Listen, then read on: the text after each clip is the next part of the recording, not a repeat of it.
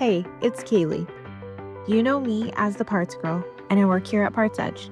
Thanks for following this awesome journey as we highlight thought leaders and trailblazers, share best practices in fixed ops, and cover success stories of how dealers sell more parts and service. This is the PartsEdge podcast with Kaylee Felio. Hey everyone, welcome to the PartsEdge podcast. I'm excited to be interviewing Jim Oliveri. Hope I said that right. You did good. He is the Good. Okay. He is the director of parts ops for the West Herr Auto Group. We met on LinkedIn, I think, Yeah, I right? think so. Yeah, so we've gone back and forth, talked a few times over the years, and I'm excited to just have this conversation with you to share what you see as opportunities in fixed ops, what you guys are doing that's successful because you're managing how many rooftops is it? It's quite a few, We've right? got 40 dealerships, but we've got about 120 rooftops. That's massive. So, and how many people are you overseeing with all of that? That's a lot. 3,100 employees, about 320 of them are mine. Okay. And just kind of giving a little background, how long have you been with the group? And, I'm assuming you've been with them for a while, so you probably have seen like some changes Oh, yeah. happen. Yeah, I've been here for 31 years. No way. So How did I not know that? when I started here, we had 5 stores. Oh, so you've been part of the growth. Yes. Okay. So I guess my first question for you is what led you into this career in fixed ops and what's been the most rewarding for you? Well, I was going to be a cop, so I took this job when I was 21 years old just to do something until the police department called. And after a couple of years, I was a stock boy and then just forced my way into every other job. And I love it. It's a trade, and nobody thinks as a parts people as a trade, but it really is. And you can ask any technician that's in a shop that says, do you want anybody or do you want a trained person? And they want it because of flat rate time. Um, I don't know. It's made a good life for my family. The company I work for, there's a ton of philanthropy. I can't even tell you how many thousands of organizations we help for charities. Our owner is an amazing human being. He gives everything back to the community that he can because that's what built our company. So we're a 75-year-old company, and we're doing well. It's a fun time, but most rewarding thing for me is learning when I was young what I didn't like, and when I got the opportunity to maybe be a leader to change things and make it better for people. And I love when I can have somebody get married and they can afford to pay for the wedding cash, or they can buy a house, or if they're having children and not stressed about money. That is the fun part for me, and making a difference in their lives is what makes me happy. Oh, yeah, just creating careers and paths for people to be successful. Absolutely. Sounds like you really thrive in that. And has it always been parts or did you kind of branch off into other areas? No, I've always done parts, so it's just natural for me. I'm not a car guy. I used to fix my cars, but I'm not a car guy. It's a logistical thing. I'm a logistics guy. I'm good with money and logistics and people, and that's my thing. So parts was natural. That makes sense completely why you would go down that path with parts. Yes. What do you think that I'm going to go off because I know I kind of gave you some questions, but I always think of questions when I Okay, am no problem. talking. Um, so what do you think that people miss when it comes to parts in the dealerships? Like typically dealer owners, GMs don't really understand parts or don't think about it. It's kind of like an afterthought. So why do you think that happens or where are we missing this to make parts so much more interesting than people really think it is? See, in our company, we promote it heavily. We do job fairs. We do everything we have. Our social media teams are amazing with it. But the realism is most parts people, as you know, are introverts. So I'm not one of those because I talk all day, but most of them are introverts and they don't want to be noticed. So they like to be in the back of the house. So we're a supply chain. We are here to support our sales team, our wholesale customers, our internal customers. Everybody's our customer. And once we realize that, the job is fun. You know, it, Yeah. we're here to take care of everybody. So the old lady that maybe needs something special for her car so she can drive it home and we have it or we can get it for them.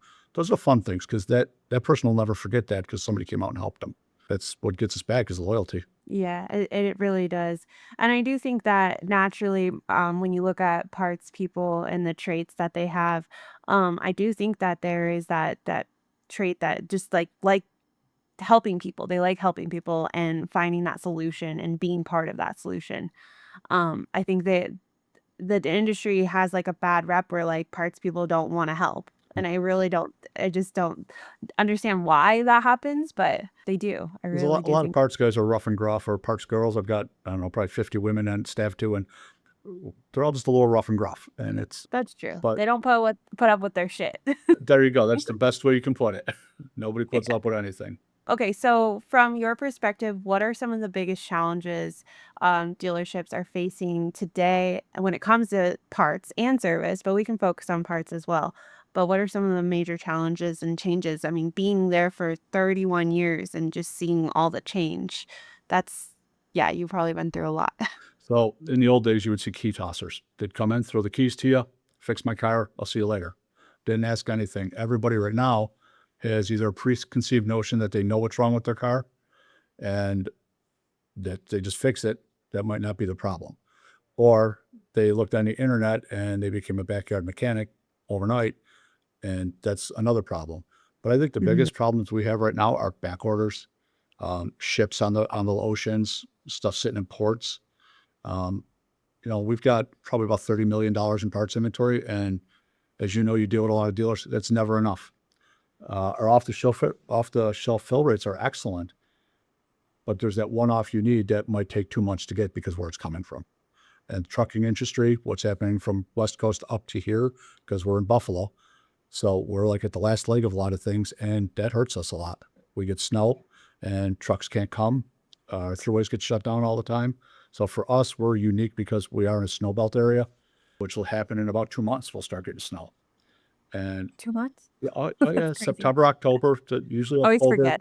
Oh yeah, it gets a little crazy a little bit early, but I think just logistic and transportation is probably the biggest thing we have an issue with, right? That's and there's not really a whole lot of solutions. So how are you guys mitigating those delays and just making sure I would imagine it's a lot of communication and making sure consumers understand what you guys are dealing with kind of thing. I talk to probably 20 or 30 customers personally a week that, if they're a high profile customer or they just don't understand. So I'll call them personally.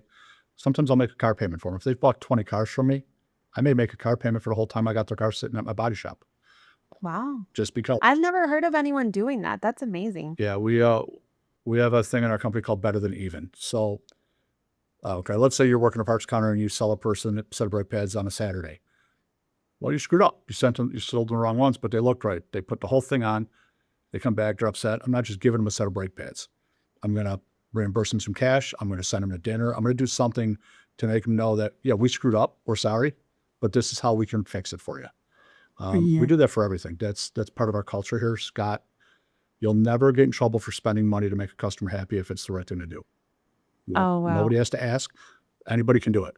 If you're a parts counter person, you can give $1,000 if you have to. It doesn't matter if it's the right thing. That's awesome. And so how do you guys manage all of that with having that many employees? Is there a structure? Is there a card that's used? How's it tracked? Or is it just kinda like Well, it's just generally, reviewed generally they would later? go to their manager. Most people will, if it's a Saturday, they'll call the manager. They'll call myself, my boss, and we'll just tell them what to do. But senior Mhm. people just know what to do, and Yeah. they'll go. Because we're a little different. We don't work for general managers in our stores, so our general managers are more like a GSM for our company. And then, Oh, okay. so our fixed operations team. So there's a bunch of us, but there's myself for parts, Tommy for service, and Chris for collision. We run those as we're the GMs for those stores. For each store, we're a GM for a portion of that store to make sure sales, no sales, we know what we know. And we make it work. But we have credit cards everywhere. All of my managers have credit cards in case they got to go buy a part somewhere or whatever. It's empowerment. Yeah. No, that's giving your managers, like you said, the empowerment, the leadership or the ability to kind of run it like their business in a Correct. way. It is their Yeah, business. They're responsible for all of it. that's true. Yeah, it's very true. Um, how do you approach supporting your parts managers? Like, are there certain systems, process? I know we're talking about dynamic with the managers being able to kind of run it, or they are running it like their business, but, yeah, are there any metrics that you guys prioritize, or how do you guys handle Well, $30 million in inventory?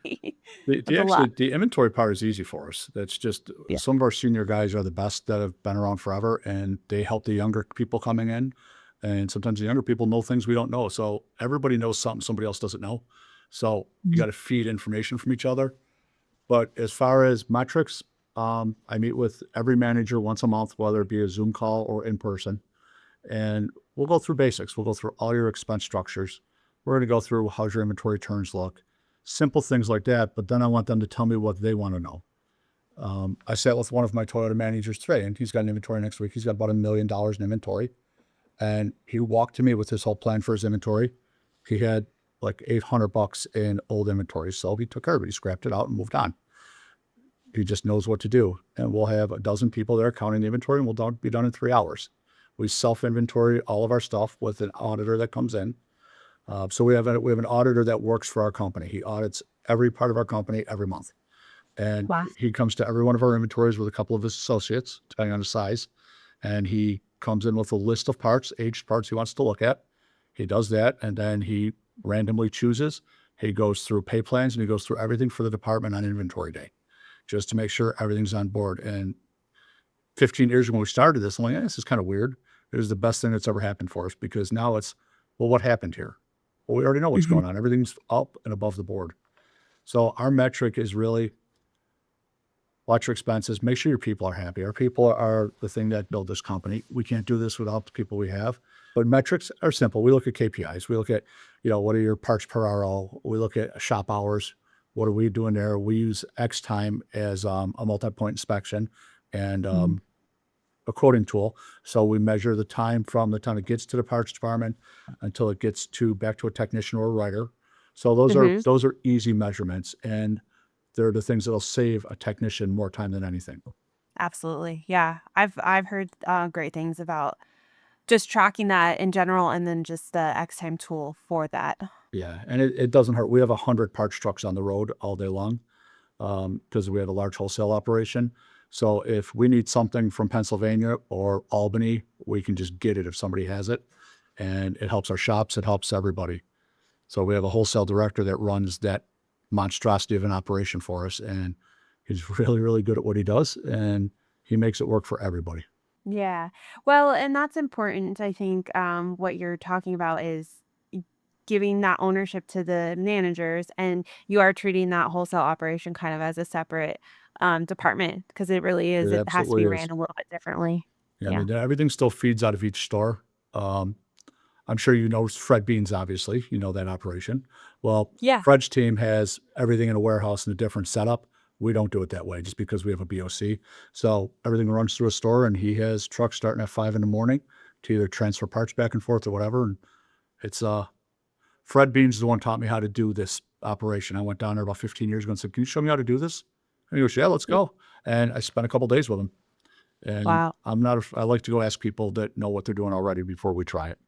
That's what's amazing about the industry is, collaborating with other dealerships, and, I've never personally been able to see that operation, but I've heard stories Oh, it's about amazing. just the way, yeah, it's just a well-oiled machine of Last time I was there, there's, I think, 13 people working each aisle of the warehouse.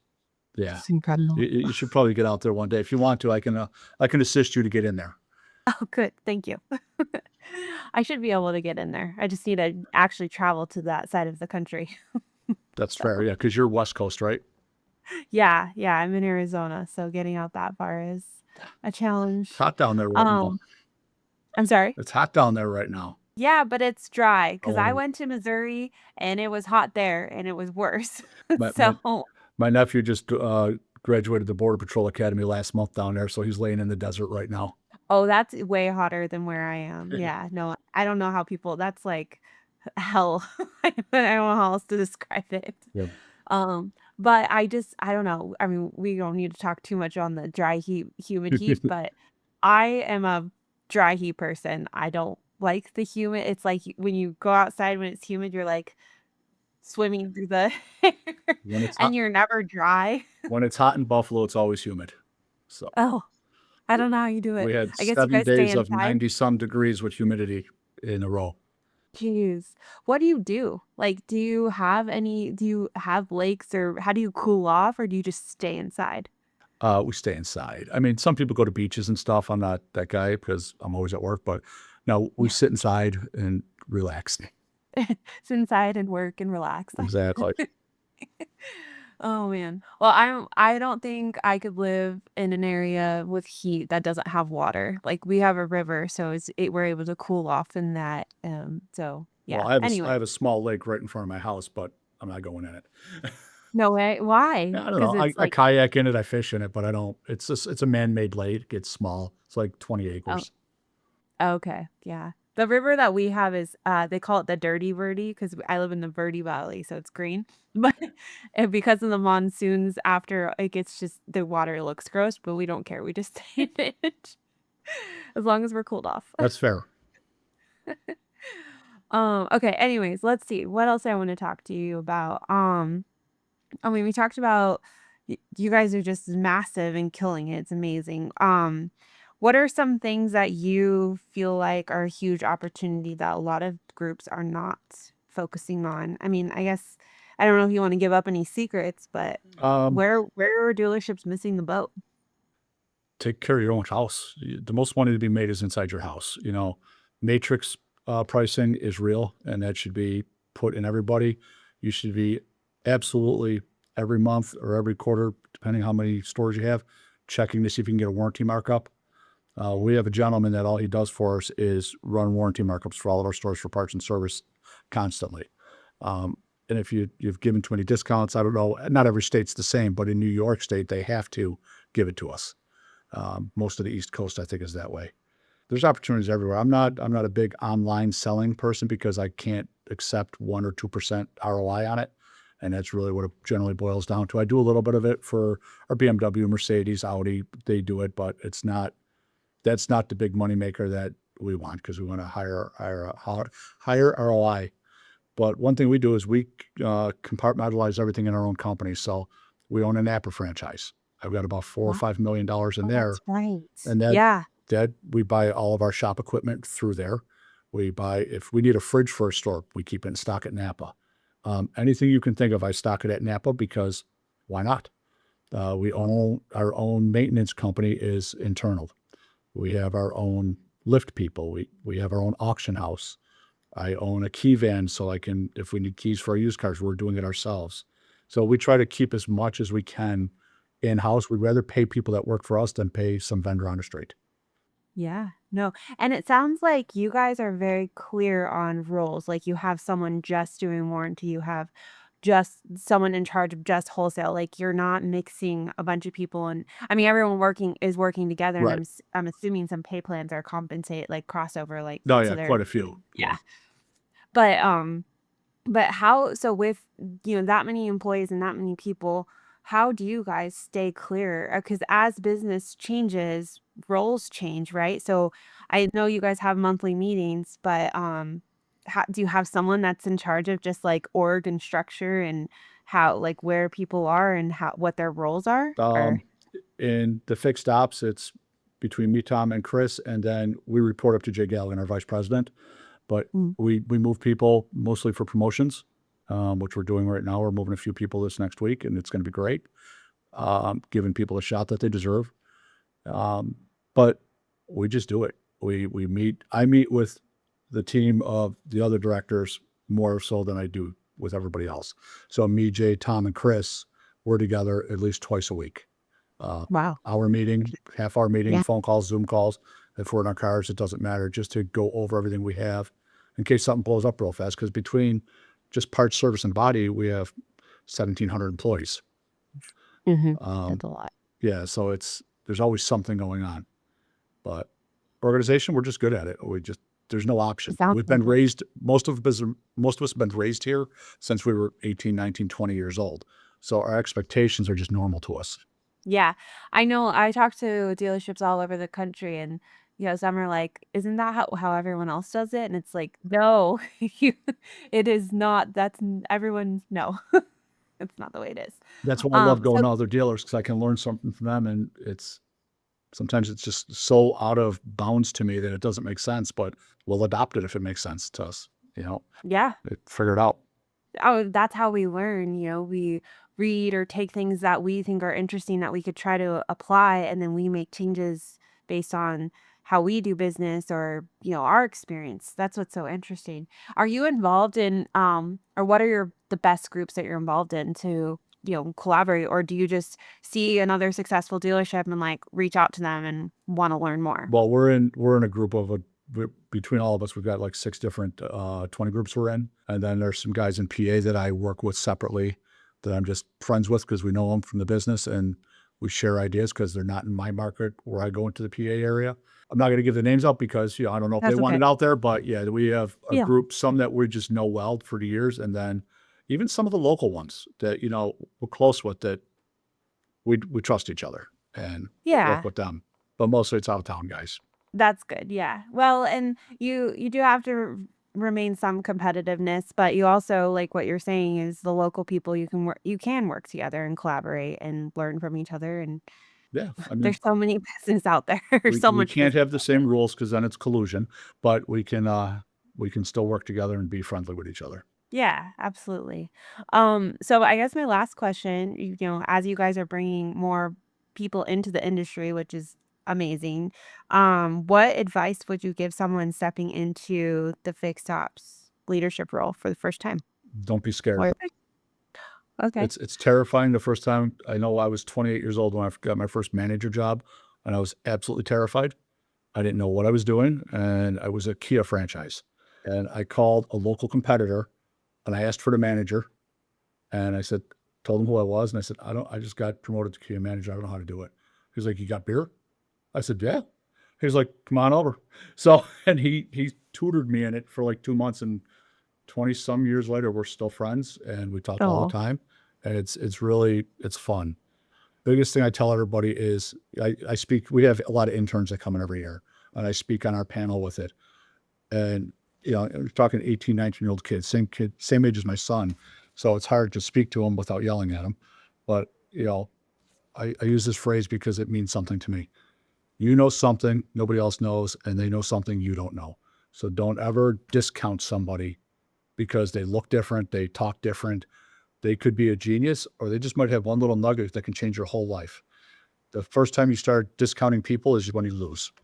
So wow. you can't lose. That's a One other that's a thing great I'll share this with you because this is pretty cool, and you could probably share with others. We have our own training schools too inside the company. no way. So we Okay. have, and this is for service and collision. So we bought an old AAA building and we made it an express maintenance and tied it to one of our Chevy stores, but we also have a classroom in there. And it's called the AMP program, Adult Maintenance Program. Our first person that graduated was 60 years old. He'd never done anything. Um, and what's fun was this man didn't have a place to live. And within 6 months with us, he's got an apartment, he's got a car, and it changed his life. But he came in and just said, I want to do this. And it was amazing. And then we have a whole nother thing with our local community college where they can get an ALS degree, work half days in our shop and half days at the college. And so they get AOS degrees. So we mold a lot of our young technicians that way. That is life-changing because I just feel, I mean, coming from my parents were it wasn't a requirement to go to college. And it wasn't a desire for me. Of course I did a couple years just to, because that's just the what you were supposed to do. But what you guys are doing is completely changing people's lives because not everyone fits the mold to go to a 4 year and get a degree or has the funds to do that. So that's incredible. Yeah, And a I lot of never people went to wanna work. college for the same reason. We were poor. I didn't have any money, so I just worked. Yeah, exactly. And I As just, soon as I had to pay for it, I stopped going. you got it. Yeah, I had some scholarships, but then after that, I was like, "I don't think I wanna go into debt and do this. I just wanna work." But there's so many people that fit that mold, and you guys are creating an environment for that, so Yes. that's incredible. Yeah, we're all about the trades, and if nobody else is going to do it, we're going to do it for them. Yeah. I think that's what I love most about the industry, being in it for so long and just seeing other dealerships and just anyone in the industry really focusing on that. I mean, not everyone's doing it, but I just love when I get to hear stories because Yeah, I fit in that area. So Well, it's just, if you yeah, ever make it up to Buffalo, which I don't know why you would want to, we could show you what we do around here. You're more than welcome yeah, to I bring a would love tour. that. I do need to get to the East Coast just to see it because I've never been out that way. But yeah, thank you for that. Of course. Is there anything that you want to add or anything you're excited about in the next, I mean, we're already in August, but the last part of the year? Anything? No, I think it's gonna be a little trying of a year with the climate of everything going on, but we're holding strong and talking to most of our friends out there. The only thing I see really dropping a little bit is a collision, and I believe that's just because people are keeping the checks instead of getting their cars fixed because they need money. But Mm, other than yeah. that, I think we're solid. I think everybody's doing good. Even the people around our neighborhoods that are our biggest competitors, we talk all the time, and everybody's okay. I think they're gonna start putting leases back in, which is good for everybody. Um, Yeah. just it's gonna residuals, I think, are gonna be bad because we do about 65,000 cars a year we sell, and, so that's leasing was we were the hottest leasing market Buffalo was forever, and now it's not there. But used Hmm. cars are going good. We have a lot of used cars on property, so that helps us. That is helpful. And yes, I think you're right. I have been seeing more with leasing and more incentives starting to trickle in again. So, uh, yeah, that's I going to be think all these little hiccups are gonna make the auto business stronger again. Just like when we came out of COVID, everybody was stronger, and we're gonna continue to get stronger. absolutely. I don't want to say it's like weeding out the ones that shouldn't be doing, but it kind of is. All the changes that happen, you either evolve or you don't. And, Exactly. yeah, so you can't do things you always done them forever. So that's my always That is the best phrase ever. yeah. And you guys don't follow that, absolutely not, based on this conversation, all the We do notes I've not. That's taken. not allowed here. Yeah, good, good. Well, I so appreciate you coming on the podcast. I think anyone will be inspired or take a nugget from what you've shared. So thank you so much, Jim. No problem. Thank you. I'll talk to you soon.